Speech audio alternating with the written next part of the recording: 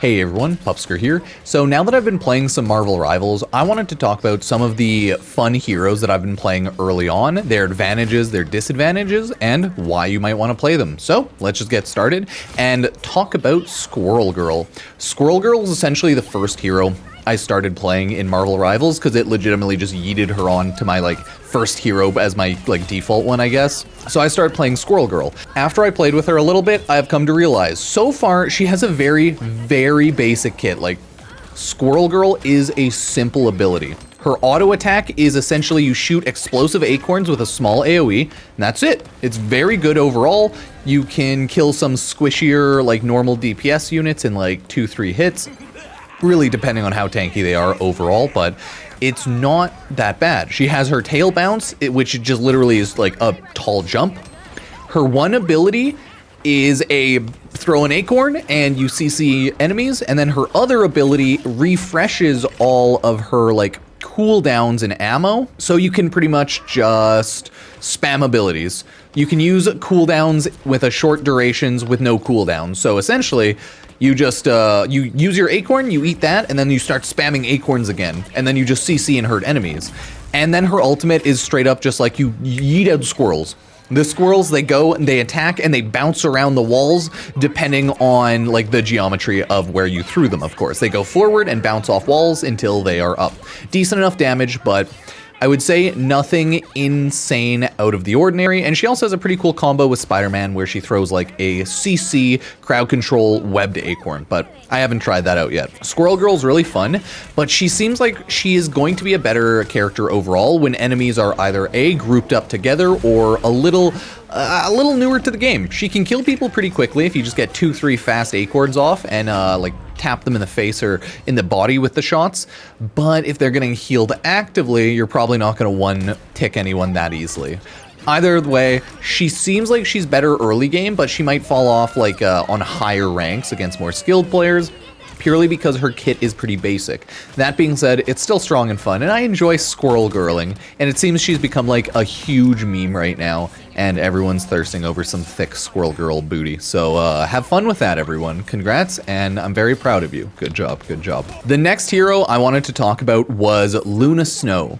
So Luna Snow is essentially a support hero, but she also does decent enough DPS. She shoots out icicles with her auto attack. It's like a 3-round burst of icicles. They do damage or they heal enemies. Yeah, you want to throw her E ability. It's a guard. It's called Share the Stage. Throw that on someone who's tanking. It just means that whenever you're healing someone, whoever you throw your ability on, they get a share of that heal essentially, and they get just, a little passive healing boost. So usually a good idea to throw that on someone who's tanking or someone who's off tanking or just taking a lot of damage. She is an ice character, so that's what her whole kit is revolved around. DPS and heals with ice, which is not too bad. Her left shift ability is straight up boost healing and damage, and then you get kind of a laser beam of ice that you shoot out.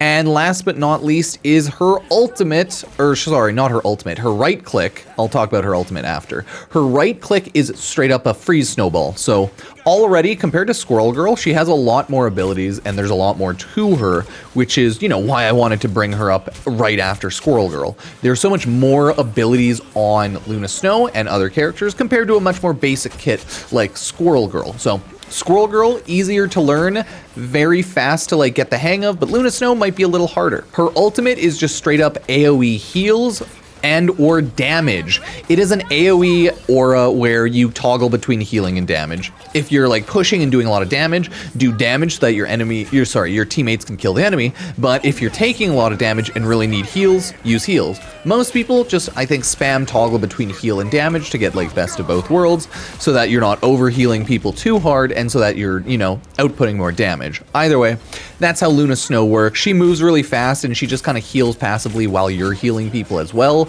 with your absolute zero in your abilities. So when you're healing and doing damage, she heals, and you can just heal enemies, heal teammates. So Luna Snow is very good. She works really well, and I think she's also a pretty meta character right now. Not too surprising when your ultimates AoE full heal or damage. She's essentially, if you want to compare it to Overwatch, she's very similar to Lucio in that manner, like his ultimate of AoE heals. But either way, she's a very cool character. She has passive like skating on ice, so like move speed increase. And I've been having a lot of fun with her. So far, she's my go-to support, or like one of my go-to supports. I think her and Cloak and Dagger, we'll talk about them later though. So all in all, 10 out of 10, she's very fun. Next character I want to talk about was Bruce Banner, Hero Hulk. So Hulk Bruce Banner is essentially 3 characters in one. You have the base form of Bruce Banner. That's what you spawn as, and his kit is a gun and a little like explosive canister of gamma grenade, as well as you Hulk up and turn into Hulk. When you die as Hulk, you go back down to Bruce Banner, and then think of it like Diva in Overwatch. You can re-Hulk up if you do enough damage, because you can ult again. So, hey, it's pretty cool, it's pretty cool. Once you turn into Hulk, you get a good amount of different abilities, you know, straight up auto attack to punch. If you hold jump, you can jump at a very long distance, so it's kind of like a charged jump. So that makes Hulk very good at jumping into the backline of the enemy team, killing a good amount of the squishier DPS or healers. And it makes him maybe not the best upfront tank, but maybe a good off tank sometimes, or like an off tank DPS, depending on how you look at it. But he's still very tanky as well, so not too bad, not too bad. You have straight up like an AoE shield, a gamma radiation shield, and then you have a ability that just you bark, or like you kind of like gamma spit at people and they CC them a bit. And then you also have your like right click, which is Gamma Burst, which is just like AoE forward attack. So he has a lot of damage abilities and a little bit of CC and protective abilities. So it definitely makes sense. And then when you ult as pretty much base Hulk, you get turned into Monster Hulk, which pretty much has the same general kit, but now Monster Hulk can use his ultimate and is much tankier and stronger, right? You pretty much double your health. You go from 800 to 1500, and then you just become biggest Hulk and you Hulk out as long as possible. So your ultimate is you just grab an enemy and you swing them all around. It's like that one scene in the Avengers. That's the meme where he like grabs, I don't know, is it Doctor Strange or something, or Loki? I think it's Loki, and he just swings them all around. That is his ultimate, essentially. So Hulk is he's a really good character. I don't think he's all that difficult, to be honest. You just have to generally remember to use your shield, because the more you get hit with that shield, the more you're going to charge your ultimate, and then you can go into Super Hulk mode and beat up enemies even more. So I really much would say that like Hulk is good. Like he is a much good character. Yeah, who cares about broken English? I can't speak. So that's Bruce Banner, Hulk. Next up, I wanted to talk about Jeff the Landshark for a couple of reasons. First off, Jeff the Landshark, pretty good character. I very much enjoy playing as cute, adorable puppy shark. Second is people online love or hate Jeff Shark. It is like the biggest meme right now of people making art or like threatening to kill Jeff the Landshark and just saying that he is the Antichrist. I don't quite know why. Maybe because he's adorable, maybe because it's a good goof, but like Jeff the Shark is allegedly Satan. So the online memes are really wild. You have really graphic images of people killing Jeff because they hate Jeff. Maybe it's because his ultimate. Either way, let's talk about Jeff the Landshark. Left click is a little water hose of heals, so shoot that at your teammates. Right click is a little bubble, or I guess water blast, little water bubble blast. And that is your damage ability. Overall, Jeff has decent enough damage when you need it, but you should probably stick to, obviously, main healing your tanks and DPS when that's required, because, you know, it's generally nice not dying. Using his overall kit, he has like a little left shift is hiding in water. It's a good movement speed and climbing on wall tactic, as well as passive heals for you. So if you need to run away and heal, that's what you do. You also have just an E healing bubble that also gives you a movement speed boost. It also launches up nearby enemies, so just spit that in front of you if you're running away, or spit it at teammates to heal them and give them a little boost, as well as grab it near enemies to push them away as like a little bit of CC. It's not really too bad.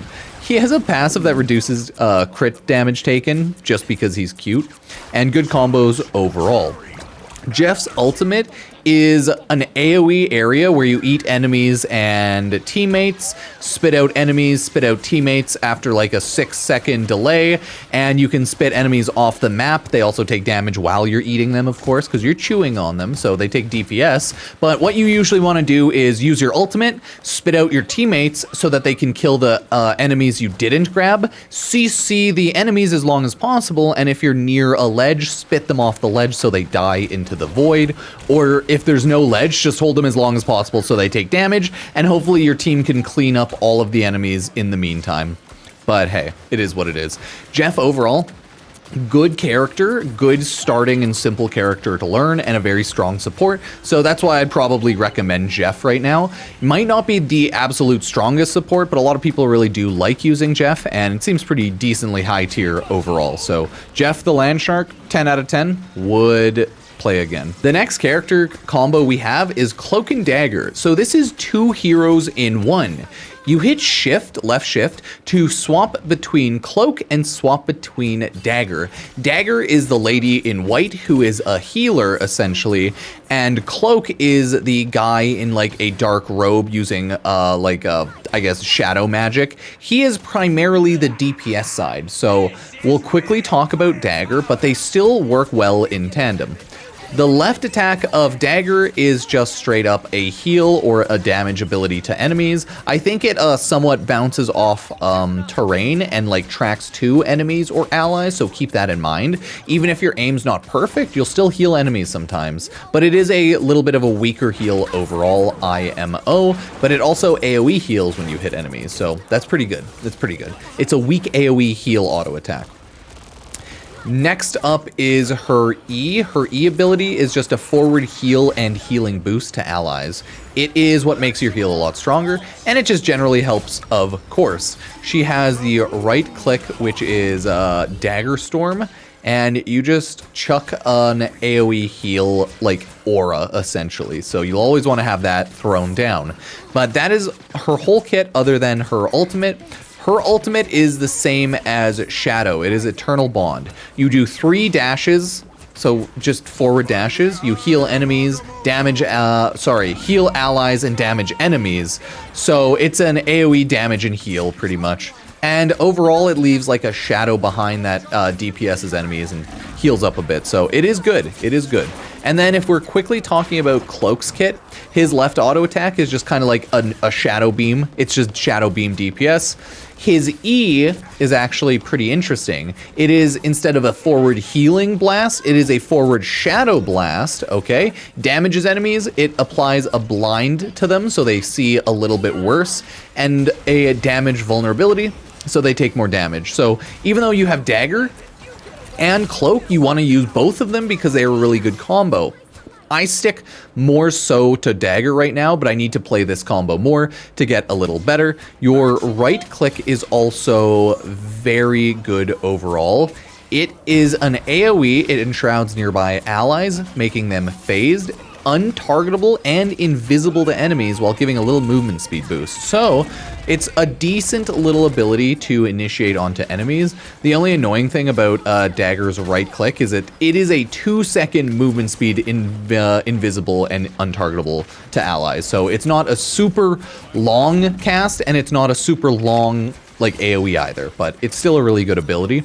And overall that makes Cloak and Dagger a very good combo, and I very much would say they are a good heal DPS type character setup right now. So good stuff, good stuff. Only a couple more heroes that I want to talk about. I'll make sure to timestamp everything, so if you enjoyed the video, remember to subscribe, like. If there's any Marvel Rival videos you want me to make, let me know. I'm just kind of casually playing the game, but yeah, if there's always anything, let me know, and I do appreciate everyone being here, commenting down below, and liking. Always helps out the video, so thank you. Next up, we have Groot. Groot is primarily a tank, and his ability set is pretty interesting. His basic left-click attack is a medium-long range vine attack. I don't think it goes infinitely, but it is like a medium-long range vine strike, so it is very good.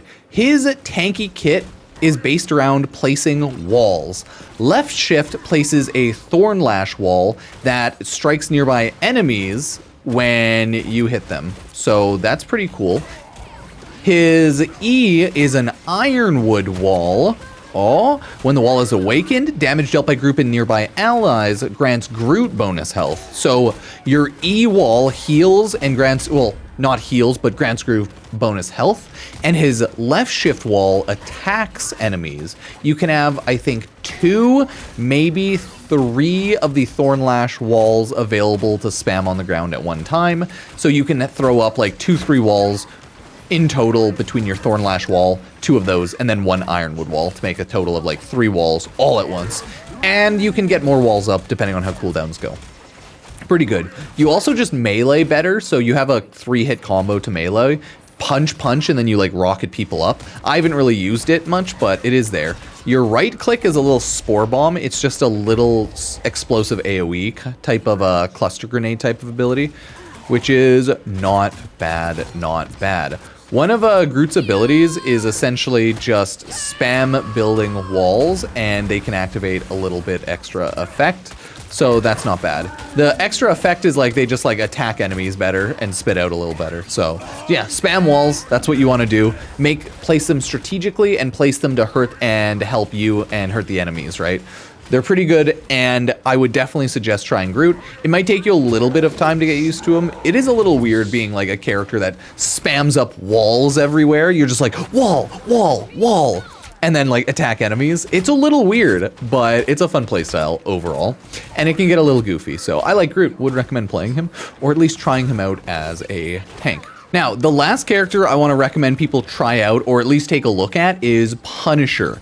Punisher is also a pretty simple, basic, fun, soldier-styled character. He has 2 weapons, okay? Your weapon you start with is just like the automatic rifle, and you can hit 2, swap to your second weapon instantly, and that is a shotgun. So naturally, shotgun's better at close range, does way more damage, and rifle's better at long range because you can actually aim and hit enemies. So use that situationally. Close up to enemies, within corridors, shotgun's better. If you're outside, longer range, rifle's better. He is a turret and soldier character. So your left hook is essentially a zip line that you can use just to traverse around terrain a little bit better. Okay, not bad. His right click is a little smoke grenade. You hit enemies, do a little bit of damage, and obscure their vision a bit. Not bad, not bad. Also, you retain enemy vision of enemies a little bit after they walk out of sight. So you get like 3 seconds, I think, of a little aura around them if they run behind walls. But the main calling thing to Punisher, his main bread and butter, your E ability is spawning up a turret, and then you become a defensive turret. So if you played Overwatch, let's call him Bastion, okay? That is the general setup. Hit E, become a turret, and it's awesome. You can throw it on choke points, you can throw it on points that you have to hold, and you can also throw it on any moving spider or moving point for any mission. So I love it. It's great. Last but not least is his ultimate ability. You essentially become a damage god. You build 2 cannons on your arms and you do insane DPS. The issue with this is you are not tanky. You do not gain health. You just become insanely high DPS. So hit your Q, hit your ultimate, stay with your tanks or your healers, and do damage to enemies.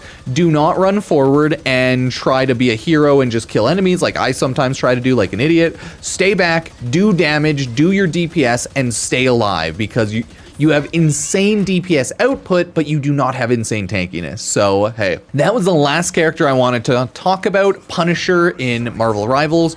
I think all of these characters are really good and really strong. Some are stronger earlier, while some are stronger at like a higher level of play. So keep that in mind, but they're definitely all worth checking out and trying.